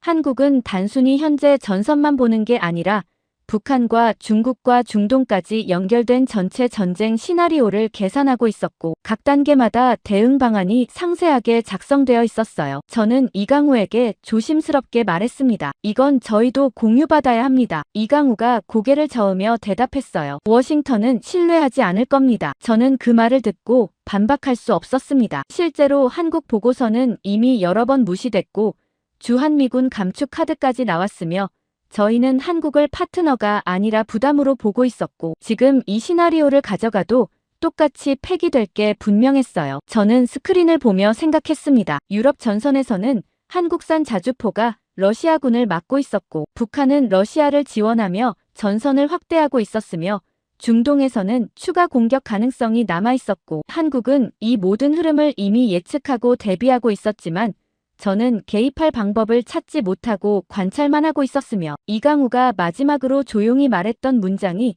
머릿속을 떠나지 않았어요. 전쟁은 시작되기 전에 끝내야 합니다. 유럽 전선 안정화 사흘 후 저는 서울 상황실에서 토요일 오전 10시에 실시간 영상을 확인하고 있었고 이강우가 제 옆에서 태블릿으로 전선 데이터를 업데이트하고 있었으며 정면 스크린에는 폴란드 동부 지역에서 한국산 K-9 자주포가 집중 포격을 실시하는 장면이 표시되고 있었습니다. 포탄들이 러시아군 기갑부대 집결 지역으로 연속 낙하하고 있었고 착탄 지점마다 거대한 화염과 연기가 치솟았으며 위성 영상에는 러시아군 전차들이 후퇴를 시작하는 모습이 선명하게 포착되고 있었어요. 담당 장교가 보고했습니다. 러시아군 후퇴 속도 증가하고 있고 나토 방어선 완전 회복 중입니다. 저는 화면을 보며 안도의 한숨을 쉬었습니다. 밀리던 전선이 멈췄고 러시아군이 물러나기 시작했으며 한국산 자주포가 결정적 역할을 하고 있었고 나토 내부 혼란도 점차 정리되고 있었어요. 이강우가 조용히 말했습니다. 예상대로 진행되고 있습니다. 저는 고개를 끄덕이며 그의 침착함을 보고 있었지만 동시에 이게 끝이 아니라는 예감이 들었고 북한의 러시아 지원이 시작된 상황에서 추가 변수가 남아있을 거라고 생각했어요. 그때 스크린 우측 상단에 긴급 속보 알림이 나타났고 담당 장교가 급히 화면을 확대했습니다. 북한군 추가 병력 파견 확정이라는 제목이 보였고 구체적으로 북한이 러시아에 고병 사단 규모 병력 5,000명 추가 지원을 결정했으며 탄약과 군수 물자도 대규모로 수송 중이라는 내용이 포함되어 있었어요. 저는 화면을 보며 긴장했습니다. 5,000명 추가라니 북한은 단순 지원이 아니라 본격적으로 전선에 개입하고 있었고 이건 전쟁 구조가 급격히 확대되고 있다는 신호였어요. 저는 이강우에게 조심스럽게 물었습니다. 이것도 예측하셨습니까? 이강우가 고개를 끄덕이며 태블릿을 조작했고 화면에는 북한 병력 파견 시나리오 분석이라는 문서가 나타났으며 예상 병력 규모와 투입 시기와 러시아 내 배치 지역까지 상세하게 정리되어 있었어요. 저는 문서를 보며 얼어붙었습니다. 또 맞았고 한국은 북한의 추가 지원까지 이미 계산하고 있었으며 이건 사후 대응이 아니라 사전 설계된 시나리오였어요. 그때 스크린 좌측 하단에 또 다른 속보가 나타났고 저는 화면을 확인했습니다. 워싱턴에서 긴급 성명 발표 예정이라는 제목이었고 구체적으로 백악관이 북한 러시아 지원을 빌미로 한국의 주한미군 추가 감축과 방위비, 분담금 증액을 동시에 요구할 예정이라는 내용이 포함되어 있었어요. 저는 화면을 보며 당황했습니다. 추가 감축과 증액 동시 요구라니 워싱턴은 전선이 확대되는 상황을 압박 기회로 보고 있었고 한국의 이중 부담을 지우려 하고 있었으며 이건 협력이 아니라 착취였어요. 저는 이강우에게 급히 말했습니다. 이건 부당합니다. 이강우가 저를 보며 침착하게 대답했어요. 예상했습니다. 저는 미간을 찌푸리며 물었습니다. 어떻게 대응하시겠습니까? 이강우가 태블릿을 조작하며 스크린에 새로운 문서를 띄웠고 전시작 정권 환수 준비 계획이라는 제목이 나타났으며 구체적으로 주한미군 지휘 체계에서 완전 독립하는 단계별 일정이 상세하게 작성되어 있었어요. 저는 문서를 보며 충격을 받았습니다. 전시작 정권 환수라니 한국은 워싱턴 압박에 굴복하는 게 아니라 오히려 완전 독립을 선언하려 하고 있었고 이건 동맹 구조 자체를 재편하는 결정이었어요. 저는 이강우에게 조심스럽게 말했습니다. 이건 동맹 관계를 손상시킬 수 있습니다. 이강우가 고개를 저으며 대답했어요. 이미 손상됐고 복구 불가능합니다. 저는 그 단호함을 보며 반박할 수 없었습니다. 실제로 워싱턴은 한국 보고서를 폐기했고 주한미군 감축 카드를 썼으며 이제 방위비까지 올리려 하고 있었고 신뢰는 이미 무너진 상태였어요. 이강우가 계속 설명했습니다. 전시작 정권 환수 발표는 오늘 오후 2시 예정이고 청와대 공식 브리핑으로 진행됩니다. 저는 시계를 확인했고 현재 오전 10시 15분이었으며 발표까지 4시간이 채 남지 않았어요. 저는 급히 말했습니다. 발표 전에 워싱턴과 협의해야 합니다. 이강우가 침착하게 대답했어요. 협의는 무의미하고 결정은 이미 완료됐습니다. 저는 그를 보며 당황했지만 동시에 이 결정을 막을 방법이 없다는 걸 알았고 한국은 워싱턴 반응을 기다리지 않고 독자 행동을 실행하려 하고 있었어요. 그때 담당 장교가 급히 보고했습니다. 북한 추가 정보 입수했습니다. 스크린이 전환되며 북한 병력 이동 경로가 지도로 나타났고 평양에서 출발한 수송 차량 행렬이 북중 국경을 넘어 러시아 방향으로 이동하고 있는 위성 영상이 표시되고 있었으며 예상 도착 시각은 일주일 후로 계산되고 있었어요. 저는 화면을 보며 생각했습니다. 북한 병력이 실제로 움직이고 있었고 전선 확대는 이제 현실이 되고 있었으며 워싱턴은 이 상황을 한국 압박에 이용하려 하고 있었지만 한국은 오히려 독립을 준비하고 있었어요. 저는 이강우에게 다시 물었습니다. 전선 확대까지 대비하셨습니까? 이강우가 태블릿 화면을 넘기며 보여줬고 거기에는 확대된 전쟁 구조 대응 시나리오라는 제목의 문서가 나타났으며 북한 러시아 지원 단계별 증가와 중국 개입 가능성과 중동 추가 확전 시나리오가 연결되어 있었고 각 단계마다 한국군 독자 대응 방안이 상세하게 작성되어 있었어요. 저는 문서를 천천히 읽어 내려갔습니다. 북한이 병력을 5,000명에서 10,000명으로 증가시킬 경우 한국은 유럽 무기 공급을 2배로 확대하고 중국이 러시아 편에서 물자 지원을 시작할 경우 한국은 나토와 직접 안보 협력 체계를 구축하며 중동에서 추가 미군 기지 공격이 발생할 경우 한국은 독자 정보망으로 사전 경보를 제공한다는 내용이 단계별로 정리되어 있었어요. 저는 문서를 보며 손이 떨리기 시작했습니다. 한국은 단순 대응이 아니라 확대된 전쟁 구조 전체를 이미 설계하고 있었고 각 변수마다 독자 행동 계획을 준비하고 있었으며 미군 개입 없이도 작동하는 시스템을 완성하고 있었어요. 저는 이강우에게 조용히 말했습니다. 저는 개입하지 않겠습니다. 이강우가 저를 보며 침착하게 대답했어요. 현명한 선택입니다. 저는 그 말을 듣고 스크린으로 돌아갔습니다. 유럽 전선에서는 한국산 자주포가 계속 러시아군을 압박하고 있었고 북한 병력은 국경을 넘어 이동 중이었으며 워싱턴은 한국을 압박하려 하고 있었지만 한국은 이미 모든 시나리오를 계산하고 독자 체계로 전환하고 있었고 저는 이제 관찰만 할 수밖에 없었으며 개입은 오히려 흐름을 방해할 뿐이라는 걸 깨달았고 이강우가 처음 말했던 문장이 이제야 완전히 이해됐습니다. 전시작 정권 환수 발표 사흘 후 저는 워싱턴 국방부 본관 4층 복귀 보고실에 앉아 있었고 화요일 오후 3시였지만 블라인드가 내려져 있어 실내는 어두웠으며 타원형 테이블 건너편에는 의회 군사위원회 소속 의원 3명과 국방부 감찰관 2명이 엄숙한 표정으로 저를 보고 있었습니다. 군사위원회 수석 의원인 제임스 카터가 서류를 넘기며 조용히 말했어요. 톰슨 분석관 서울 무단 출장 경위부터 설명하십시오. 저는 준비한 보고서를 펼치며 최대한 침착하게 대답했습니다. 한국국방분석연구원 보고서가 중동 공격을 정확히 예측했고 유럽 전선 연계 가능성도 명시했으며 현장 확인을 위해 서울로 이동했습니다. 카터 의원이 미간을 찌푸리며 물었어요. 승인은 받았습니까? 저는 난처한 표정으로 대답했습니다. 긴급 상황이라 판단했고 사후 보고 예정이었습니다. 카터 의원이 테이블을 손가락으로 두드리며 단호하게 말했어요. 사후 보고라니 이건 명백한 절차 위반이고 징계 사유입니다. 저는 그 말을 듣고 예상했던 대로라고 생각했습니다. 워싱턴 복귀 즉시 소환 통지를 받았고 청문회 형식으로 조사가 진행될 거라는 걸 알고 있었으며 제 독단 행동은 이미 문제가 된 상태였어요. 국방부 감찰관 중 한 명인 로버트 밀러가 끼어들며 물었습니다. 한국 측과 무엇을 논의했습니까? 저는 조심스럽게 대답했어요. 전선 확대 시나리오와 북한 러시아 지원 가능성을 확인했고 한국 측 독자 대응 계획도 파악했습니다. 밀러 감찰관이 서류를 확인하며 말했습니다. 보고서에는 한국이 주한미군 철수를 사실상 수용했다고 적혀 있는데 사실입니까? 저는 고개를 끄덕이며 대답했어요. 한국은 미군 철수 시 즉시 자체 병력으로 공백을 메울 준비가 되어 있었고 실제로 용산 기지 철수 당일 30분 내로 한국군이 배치 완료했습니다. 카터 의원이 불쾌한 표정으로 말했습니다. 그건 동맹 약화 아닙니까? 저는 그를 보며 조심스럽게 대답했어요. 동맹 약화가 아니라 한국 독자 방어 능력 증명이었고 오히려 전력 공백은 발생하지 않았습니다. 카터 의원이 저를 노려보며 소리쳤어요. 톰슨 분석관 당신은 한국 편을 드는 겁니까? 저는 그 질문을 듣고 잠시 침묵했습니다. 한국 편이라니 저는 사실관계를 보고하고 있을 뿐이었지만 워싱턴 입장에서는 한국을 옹호하는 것처럼 보일 수 있었고 이건 제 위치를 더 어렵게 만들 거였어요. 저는 침착하게 대답했습니다. 편을 드는 게 아니라 현장에서 확인한 사실을 보고하는 겁니다. 밀러 감찰관이 끼어들며 물었어요. 그럼 한국 보고서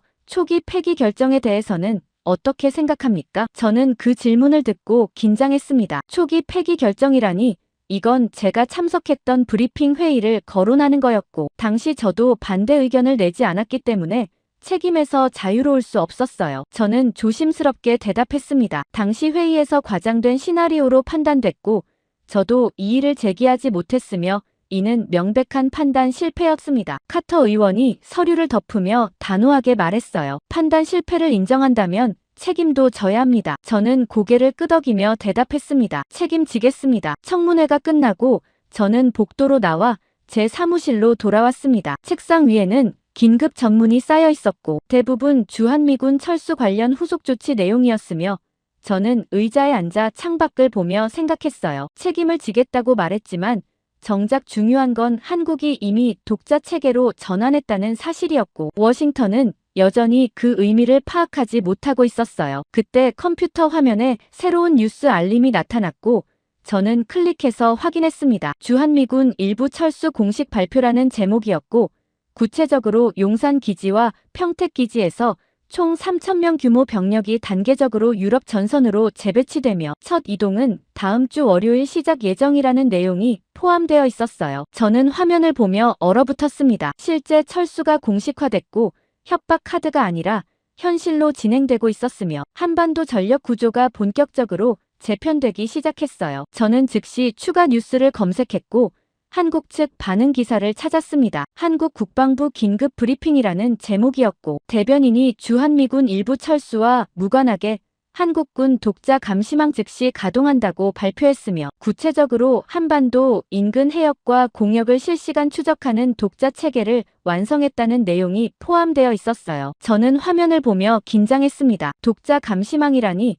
한국은 미군 정보 자산 없이도 작동하는 시스템을 이미 구축하고 있었고 철수 발표와 동시에 가동을 시작했으며 이건 사전 준비 없이는 불가능한 속도였어요. 저는 추가 정보를 확인하기 위해 내부 데이터베이스에 접근 권한을 요청했고 30분 후 승인이 떨어졌으며 저는 한국 감시 체계 관련 정보 파일을 열기 시작했어요. 첫 페이지에는 한국 독자 위성 네트워크 구조가 도표로 정리되어 있었고 정찰 위성 5대와 통신 위성 3대가 한반도 상공을 실시간 커버하고 있었으며 지상 레이더 기지와 해상 감시 함정도 통합 연결되어 있었어요. 저는 도표를 보며 손이 떨리기 시작했습니다. 이건 단순 방어망이 아니라 미군 공백을 전제로 설계된 시스템이었고, 한국은 우리가 빠질 상황을 이미 계산하고 준비하고 있었으며, 감시 능력은 일부 영역에서 미군보다 우수할 가능성도 보였어요. 저는 파일 2페이지를 넘겼고, 거기에는 미사일 추적 정보 공유 체계라는 섹션이 있었으며, 한국 감시망이 탐지한 미사일 발사 정보를 나토와 일본에 직접 전달하는 구조가 설명되어 있었어요. 저는 그 구조를 보며 얼어붙었습니다. 한국은 미국을 거치지 않고 직접 동맹국들과 정보를 공유하고 있었고, 이건 정보 허브 역할을 미국에서 한국으로 이동시키는 흐름이었으며, 우리 철수는 오히려 한국의 독자 네트워크 구축을 정당화시켜주고 있었어요. 저는 파일을 닫고 생각했습니다. 워싱턴은 주한미군 철수로 한국을 압박한다고 믿었지만, 실제로는 한국이 원하던 독립명분을 제공했고, 감시 체계는 이미 완성되어 있었으며, 정보 우위는 이제 한국 쪽으로 넘어가고 있었고, 저는 이 사실을 공식 보고할지 말지 결정해야 했지만, 보고해도 믿지 않을 게 분명했으며, 오히려 다시 한국 편을 든다는 비난만 받을 거였고, 저는 결국 비공식 채널로 서울과 다시 연결하기로 결단했습니다. 비공식 채널 연결 결정 이틀 후 저는 서울 인천공항에 다시 도착했고, 목요일 오후 6시였지만 워싱턴에는 출장 보고 없이 개인 휴가를 신청한 상태였으며, 입국장을 빠져나오자 이강우가 똑같은 검은색 정장 차림으로 대기하고 있었습니다. 그가 저를 보며 짧게 고개를 끄덕였고, 저는 악수를 청하며 조용히 말했어요. 다시 왔습니다. 이강우가 악수를 받으며 침착하게 대답했습니다. 예상했습니다. 저는 그 말을 듣고 씁쓸하게 웃었습니다. 또 예상했다니. 이강우는 제가 워싱턴 청문회를 받고 다시 서울로 올 거라는 걸 미리 계산하고 있었고, 저는 그의 시나리오 안에서 움직이고 있을 뿐이었어요. 차량에 오르자 이강우가 태블릿을 꺼내 화면을 켜며 조용히 말했습니다. 한반도 해상 작전 상황 직접 확인하시겠습니까? 저는 고개를 끄덕이며 대답했어요. 그래야 할 것 같습니다. 차량이 출발하며 서울 시내를 벗어나 남쪽 방향으로 이동하기 시작했고, 이강우가 태블릿 화면을 제게 보여주며 설명했습니다. 현재 동해와 서해 양쪽에서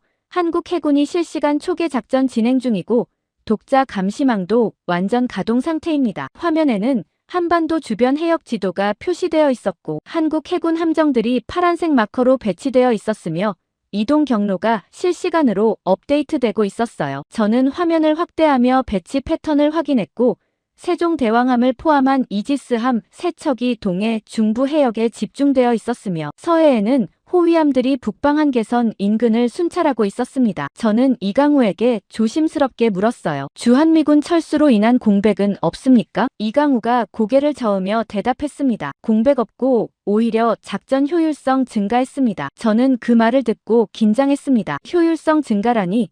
한국은 미군 없이도 작전을 더 효과적으로 수행하고 있었고, 이건 우리 존재가 오히려 조율 부담이었다는 뜻으로 들렸어요. 차량이 경기도 평택 해군 작전사령부로 향하며 이 시간이 흘렀고, 저는 창밖으로 어두워지는 하늘을 보며 생각했습니다. 워싱턴은 철수로 한국을 압박한다고 믿었지만, 실제로는 한국 독자 작전 능력을 증명하는 기회만 제공했고, 저는 그 현장을 직접 확인하러 가고 있었어요. 평택 해군 작전사령부 도착 후 저는 지하 2층 통합 상황실로 안내됐고, 실내는 대형 스크린 6개가 벽면을 가득 채우고 있었으며, 한국 해군 장교들이 각자 배정된 모니터 앞에서 작전을 지휘하고 있었습니다. 이강우가 제 옆에서 조용히 말했어요. 실시간 해상 작전 현황입니다. 정면 스크린에는 동해와 서해 전역이 표시되고 있었고, 한국 함정들의 위치가 실시간으로 업데이트되고 있었으며, 북한 선박 움직임도 별도 창에서 추적되고 있었어요. 저는 화면을 보며 긴장했습니다. 북한 선박이라니? 저는 북한 동향도 한국이 독자적으로 추적하고 있다는 걸 확인했고, 미군 정보 없이도 완전히 작동하는 시스템을 보고 있었어요. 그때 스크린 우측 상단에 긴급 알림이 나타났고, 담당 장교가 급히 보고했습니다. 대만 해협에서 중국 해군 함정 집결 포착됐습니다. 이강우가 즉시 해당 화면을 확대했고, 대만 해협 지도가 나타났으며, 중국 해군 구축함 8척이 대만 북부 해역에 배치되어 있는 위성 영상이 표시되고 있었어요. 저는 화면을 보며 얼어붙었습니다. 중국 함정 집결이라니? 이건 단순 훈련이 아니라 해상 봉쇄 준비로 보였고, 대만 위기가 본격화되고 있었어요. 담당 장교가 계속 보고했습니다. 중국 함정들이 대만 북부 항로 차단 시도 중이고 대만 상선 3척이 회항했습니다. 저는 화면을 보며 손이 떨리기 시작했습니다. 해상 봉쇄란이 중동과 유럽에 이어 아시아까지 동시에 흔들리기 시작했고 세계가 동시다발적으로 위기에 빠지고 있었어요. 저는 이강우에게 급히 물었습니다. 미국 대응은 어떻습니까? 이강우가 태블릿을 조작하며 대답했어요. 미국은 전력 분산 중이고 대응 실패하고 있습니다. 화면에는 미군 배치 현황이 나타났고 중동에서 병력 일부가 묶여 있었으며 유럽 전선 지원으로 추가 병력이 투입되어 있었고 태평양 함대는 대만 해협 접근조차 제대로 못하고 있었어요. 저는 화면을 보며 인정할 수밖에 없었습니다. 미군은 동시다발 위기에 대응하지 못하고 있었고 전력 분산으로 어디에도 집중하지 못했으며 한반도 공백은 더 이상 메울 여력이 없었어요. 그때 스크린 좌측 하단에 새로운 알림이 나타났고 담당 장교가 보고했습니다. 한국 해군 긴장 억제 작전 즉시 가동합니다. 화면이 전환되며 동해상에서 한국 이지스함들이 북상하기 시작하는 영상이 나타났고 목적지는 북한 동해 해역 인근이었으며 동시에 서해에서도 호위함들이 북방 한계선 초계를 강화하는 모습이 표시되고 있었어요. 저는 이강우에게 물었습니다. 긴장 억제라니 무슨 뜻입니까? 이강우가 침착하게 설명했어요. 중국 대만 봉쇄 시도로 북한이 오판할 가능성 있고 한국군이 선제적 억제력 과시로 도발 차단합니다. 저는 그 설명을 듣고 긴장했습니다. 선제적 억제라니 한국은 미군 없이도 북한을 통제하고 있었고 대만 위기까지 연계해서 대응하고 있었으며 이건 독자 작전 능력의 완전한 증명이었어요. 스크린에는 한국 함정들이 북한 해역 인근에 도달하는 장면이 실시간으로 표시되고 있었고 레이더 탐지 범위가 북한 전역을 커버하기 시작했으며 북한 선박들이 움직임을 멈추고 항구로 회항하는 모습이 포착되고 있었어요. 담당 장교가 보고했습니다. 북한 해군 활동 급격히 감소하고 있고 긴장 수위 하락 중입니다. 저는 화면을 보며 숨이 막혔습니다. 미군이 빠진 구역을 한국이 그대로 대체하고 있었고 억제력은 오히려 증가했으며 북한은 한국군 단독작전에도 움직이지 못하고 있었어요. 저는 이강우를 보며 조용히 말했습니다. 한국은 미군이 빠질 상황을 전제로 준비했습니까? 이강우가 저를 보며 침착하게 대답했어요. 전제했고 완성했습니다. 저는 그 확신을 듣는 순간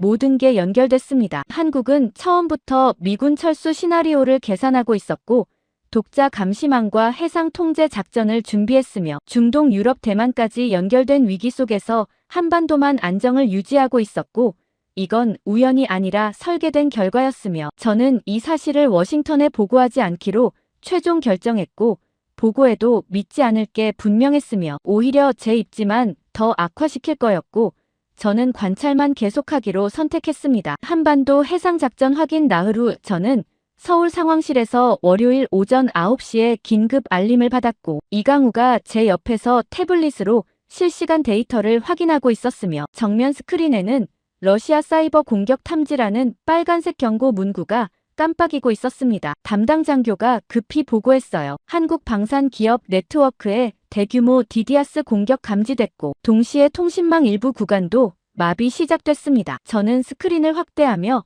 공격 현황을 확인했고 한화 디펜스와 한국항공우주산업 서버가 동시다발적으로 공격받고 있었으며 접속 시도 횟수가 초당 10만 건을 넘어서고 있었어요. 이강우가 침착하게 말했습니다. 러시아가 한국을 직접 겨냥했고 유럽 무기 공급 차단이 목적입니다. 저는 그 분석을 듣고 긴장했습니다. 직접 겨냥이라니 러시아는 유럽 전선에서 밀리자 한국 방산 기업을 타격해서 무기 공급 루트를 끊으려 하고 있었고 이건 전선 확대가 아니라 후방 교란 작전이었어요. 담당 장교가 계속 보고했습니다. 통신망 마비 확산 중이고 일부 생산 라인 제어 시스템도 접근 불가 상태에 진입했습니다. 저는 화면을 보며 당황했습니다. 생산 라인까지 마비라니 사이버 공격이 단순 네트워크 교란을 넘어 실제 생산 중단으로 이어지고 있었고 유럽으로 향하던 무기 공급이 실제로 차단될 위기였어요. 저는 이강우에게 급히 말했습니다. 즉시 대응해야 합니다. 이강우가 태블릿을 조작하며 지시를 내렸고 사이버 방어팀 긴급 투입이라는 명령이 각 방산 기업으로 전달되기 시작했으며 화면에는 보안 전문가들이 원격 접속으로 서버 복구 작업을 시작하는 로그가 표시되고 있었어요. 하지만 10분이 지나도 상황은 개선되지 않았고 오히려 공격 강도가 증가하기 시작했으며 초당 접속 시도 횟수가 20만 건을 넘어서며 방어 시스템이 과부하 상태에 빠졌어요. 담당 장교가 다급하게 보고했습니다. 방어 실패하고 있고 주요 서버 3대 완전 다운됐습니다. 저는 화면을 보며 손이 떨리기 시작했습니다. 서버 다운이라니 이건 단순 지연이 아니라 실제 생산 중단으로 이어질 거였고 유럽 전선에 배치될 예정이던 K-9 자주포 추가 물량과 포탄 수송이 모두 멈출 가능성이 높았어요. 저는 이강우에게 조심스럽게 물었습니다. 복구 가능합니까? 이강우가 화면을 보며 침착하게 대답했어요. 주요 루트는 복구 불가능하고 대체 경로 가동합니다. 저는 미간을 찌푸리며 물었습니다. 대체 경로가 있습니까? 이강우가 태블릿을 조작하며 스크린에 새로운 지도를 띄웠고 한국에서 유럽으로 향하는 무기 공급 경로가 2개의 선으로 표시되어 있었습니다. 기존 경로는 부산항에서 출발해 수에즈 운하를 거쳐 폴란드로 향하는 루트였고 대체 경로는 인천항에서 출발해 북극 항로를 통과하는 우회 경로였으며 저는 지도를 보며 얼어붙었어요. 저는 이강우에게 물었습니다. 대체 경로를 이미 준비하셨습니까? 이강우가 고개를 끄덕이며 대답했어요. 사이버 공격 가능성을 예측했고 이중 구조로 설계했습니다. 저는 그 말을 듣고 충격을 받았습니다. 이중 구조라니 한국은 러시아 공격까지 계산하고 숨겨둔 대체 공급망을 준비하고 있었고 기존 루트가 차단당할 걸 전제로 백업 시스템을 완성한 거였어요. 이강우가 통신망을 열어 지시를 내렸습니다. 인천항 대체 물량 즉시 출항 준비하십시오. 스크린이 전환되며 인천항 야적장 실시간 영상이 나타났고 거대한 컨테이너들이 이미 선적 대기 중이었으며 K-9 자주포 6대가 포장된 채로 크레인에 실리고 있는 모습이 포착되고 있었어요. 저는 화면을 보며 숨이 막혔습니다. 이미 준비됐다니 이강우는 사이버 공격 발생 전부터 대체 물량을 인천항에 배치하고 있었고 공격 즉시 우회 경로로 전환할 수 있도록 사전 작업을 완료한 상태였어요. 담당 장교가 보고했습니다. 인천항 출항 준비 완료됐고 북극 항로 기상 조건도 양호합니다. 이강우가 최종 승인을 내렸고 화면 속에서 컨테이너선이 출항하기 시작했으며 목적지는 노르웨이 오슬로 항이었고 거기서 육로로 폴란드까지 수송될 예정이라는 정보가 표시되고 있었어요. 저는 이강우에게 물었습니다. 이 경로는 언제부터 준비하셨습니까? 이강우가 침착하게 대답했어요. 2개월 전부터이고 러시아 반격 시나리오 포함했습니다. 저는 그 기간을 듣고 생각했습니다. 2개월 전이라니 한국은 유럽 전선 지원을 시작하기 전부터 이미 러시아가 한국을 직접 타격할 가능성까지 계산하고 대비하고 있었고 사이버 공격은 예상된 시나리오였으며 대체 경로는 함정이 아니라 원래 계획의 일부였어요. 그때 스크린 우측 상단에 새로운 알림이 나타났고 담당 장교가 보고했습니다. 부산항 주요 서버 복구 시작됐고 일부 생산 라인도 재가동 중입니다. 저는 화면을 확인했고 사이버 방어팀이 공격 패턴을 분석해서 차단 필터를 적용하기 시작했으며 서버 접속이 점차 정상화되고 있었어요. 이강우가 조용히 말했습니다. 주요 루트도 곧 복구되고 이중 공급 체계 완성됩니다. 저는 그 말을 듣고 얼어붙었습니다. 이중 공급이라니 한국은 기존 루트 복구와 대체 경로 가동을 동시에 진행하고 있었고 러시아 공격은 오히려 공급량을 증가시키는 결과만 만들었으며 전선 차단 시도는 완전히 실패한 거였어요. 저는 스크린을 보며 생각했습니다. 부산항에서는 서버가 복구되며 생산이 재개되고 있었고 인천항에서는 대체 물량이 북극 항로로 출항했으며 유럽 전선에 도착할 무기는 오히려 증가할 예정이었고 러시아는 한국을 타격했다고 믿었지만 실제로는 숨겨진 공급망만 드러나게 만들었으며 이강우가 처음부터 설계한 이중 구조였어요. 저는 이강우에게 조용히 물었습니다. 이 전쟁이 눈에 보이는 전선이 아니라는 뜻입니까? 이강우가 저를 보며 침착하게 대답했어요. 보이지 않는 흐름 싸움이고 준비된 쪽이 이깁니다. 저는 그 문장을 듣는 순간 확신했습니다. 중동 공격과 유럽 전선과 대만 위기와 사이버 공격은 모두 연결되어 있었고 각 사건마다 한국은 대응이 아니라 사전 설계된 계획을 실행하고 있었으며 미군은 뒤늦게 쫓아가고 있었고 러시아는 공격했지만 오히려 한국 능력만 증명시켰으며 저는 이 흐름 속에서 관찰자로 남기로 선택했고 개입은 이미 의미가 없었으며 전쟁의 중심은 병력이나 무기가 아니라 보이지 않는 설계였고 한국은 그 설계를 완성하고 있었습니다. 대체 공급망 가동 일주일 후 저는 서울 상황실에서 월요일 오후 4시에 워싱턴발 긴급 전문을 받았고 이강우가 제 옆에서 침착하게 서 있었으며 제 휴대폰 화면에는 국방부 작전국장 제임스 해리슨 준장에게서 온 암호화 메시지가 표시되고 있었습니다. 메시지 내용은 간결했지만 명확했어요. 톰슨 분석관 즉시 귀환 명령이며 한국 측과의 모든 접촉 중단하고 정보 공유 차단하십시오. 저는 화면을 보며 손이 떨리기 시작했습니다. 접촉 중단 명령이라니 워싱턴은 제가 서울에서 무엇을 하고 있는지 파악했고 한국과의 연결을 끊으라는 지시를 내린 거였으며 이건 단순 귀환 명령이 아니라 최후 통첩이었어요. 저는 이강우에게 화면을 보여주며 조용히 말했습니다. 워싱턴에서 연결 차단 명령 내렸습니다. 이강우가 화면을 확인하더니 침착하게 고개를 끄덕이며 대답했어요. 예상했습니다. 저는 그 반응을 보며 긴장했습니다. 또 예상했다니 이강우는 워싱턴이 언제 개입할지까지 계산하고 있었고 저는 선택의 기로에 서 있었으며 명령을 따를지 아니면 계속 한국 편에 설지 결정해야 했어요. 저는 잠시 침묵하다가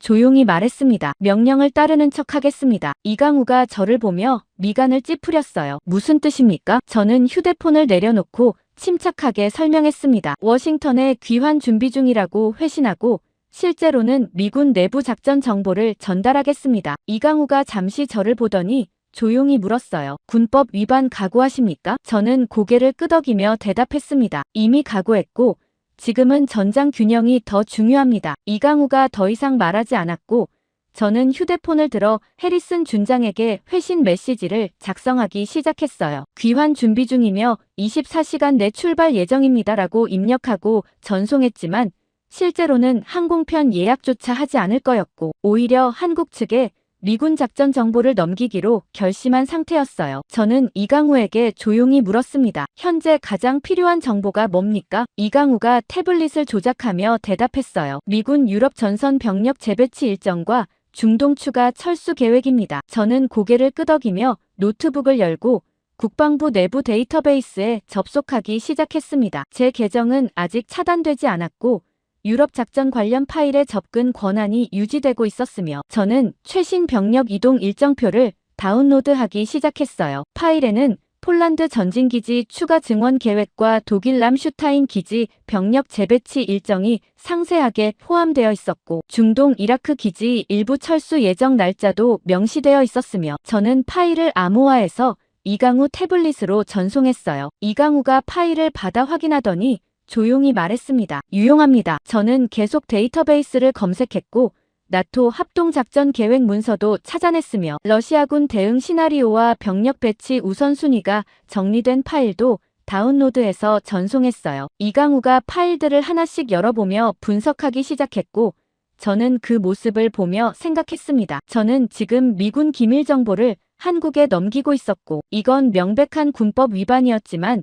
동시에 전장 균형을 바로잡는 유일한 방법이라고 확신했으며 워싱턴은 흐름을 읽지 못하고 있었고 한국만 제대로 대응하고 있었어요. 이강우가 분석을 마치고 저를 보며 말했습니다. 미군 병력 이동 일정 확인했고 무기 공급 속도와 방향 조정 가능합니다. 저는 그 말을 듣고 긴장했습니다. 조정이라니 한국은 미군 작전 정보를 활용해서 유럽 무기 공급 타이밍을 최적화하려 하고 있었고 이건 단순 정보 공유가 아니라 작전 통합이었어요. 이강우가 태블릿을 조작하며 스크린에 새로운 계획을 띄웠고 유럽 무기 공급 재조정안이라는 제목이 나타났으며 미군 병력 도착 시점에 맞춰 한국산 자주포와 포탄이 동시에 배치되는 일정표가 상세하게 작성되어 있었어요. 저는 화면을 보며 얼어붙었습니다. 동시 배치라니 한국은 미군 작전과 완벽하게 연동되는 공급 체계를 만들고 있었고 저는 그 연결 고리를 제공한 거였으며 이제 돌이킬 수 없었어요. 그때 스크린 우측 상단에 긴급 알림이 나타났고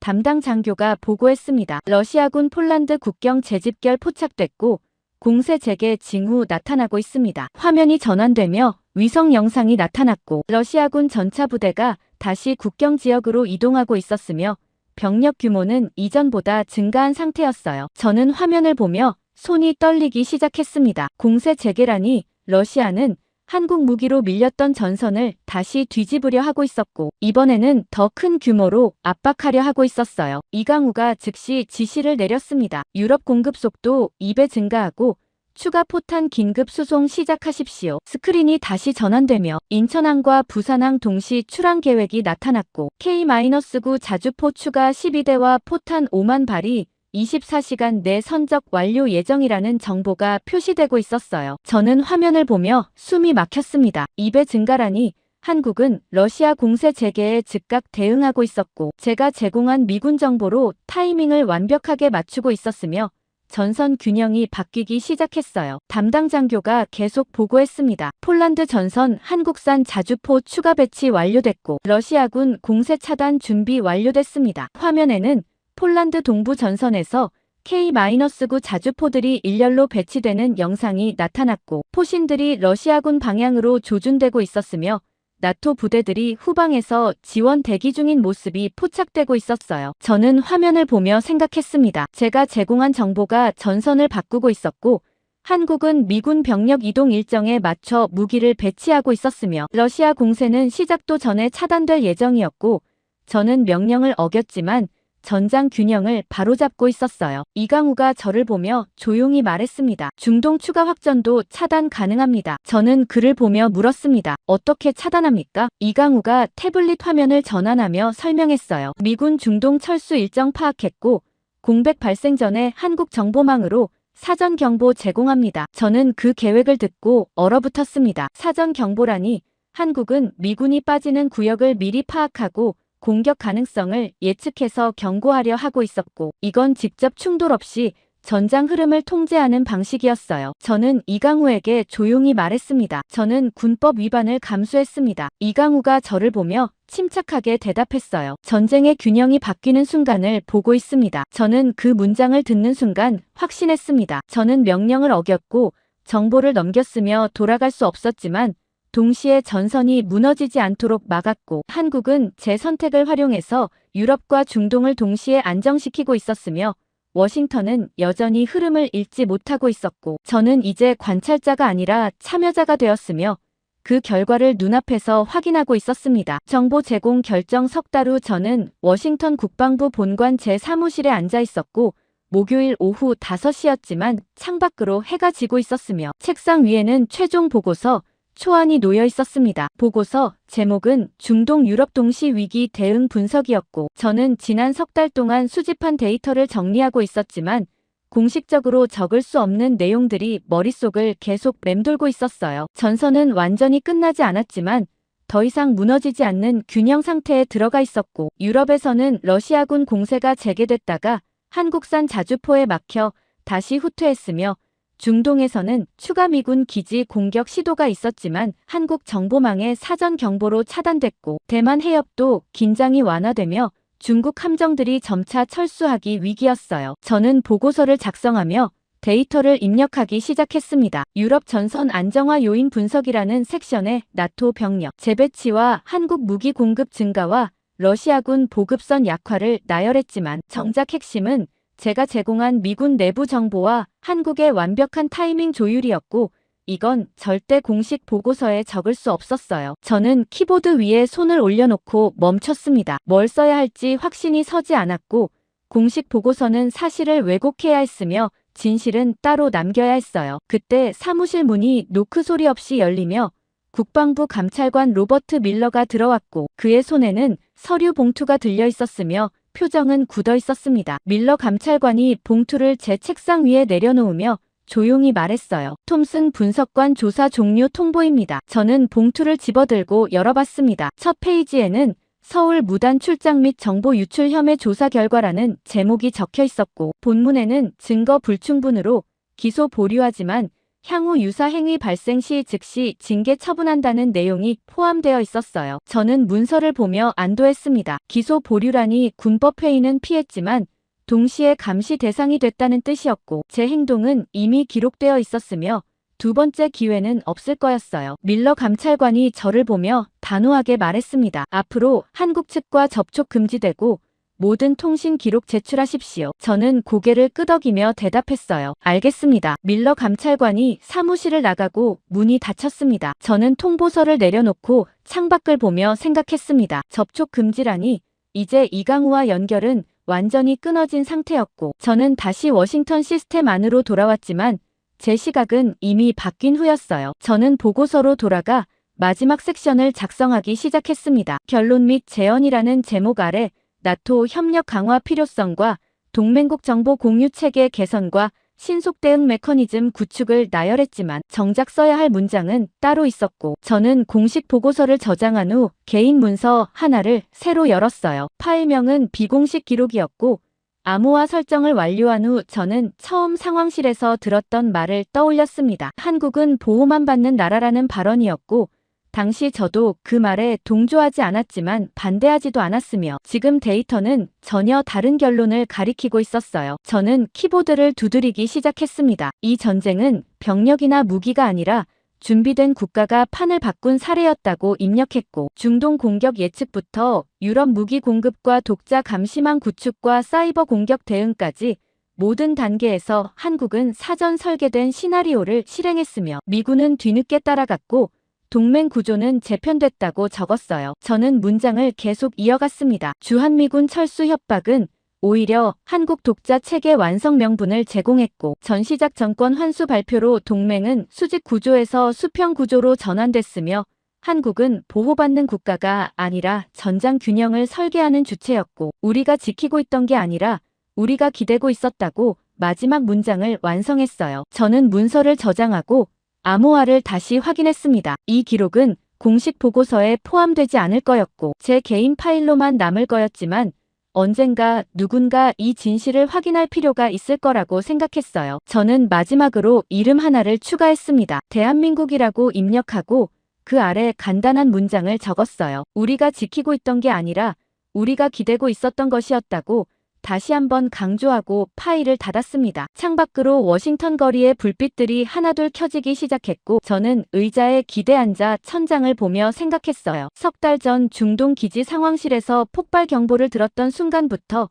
지금까지 모든 흐름이 연결되어 있었고 한국 보고서는 경고가 아니라 이미 시작된 작전의 분석이었으며 저는 그 흐름 속에서 관찰자로 시작해서 참여자가 됐고 다시 기록자로 돌아왔지만 제 시각은 완전히 바뀐 후였어요. 저는 보고서 파일들을 USB에 백업하고 서랍에 넣어 잠갔습니다. 공식 보고서는 내일 아침 제출될 거였고 비공식 기록은 제 안에만 남을 거였지만 전선에서 일어난 일은 데이터로 증명되고 있었고 유럽은 무너지지 않았으며 중동 추가 확전은 차단됐고 한반도는 독자 방어 체계를 완성했으며 이 모든 결과의 중심에는 한국이 있었고 저는 그걸 직접 확인했으며 이제 확신했습니다. 우리가 지키고 있던 게 아니라 우리가 기대고 있었고 동맹은 수직이 아니라 수평으로 재편됐으며 전장의 균형은 준비된 국가가 바꿨고 그 국가는 대한민국이었으며 저는 이 진실을 기록했고 언젠가 누군가 이 파일을 열어볼 날이 올 거라고 믿으며 컴퓨터를 끄고 사무실을 나왔습니다.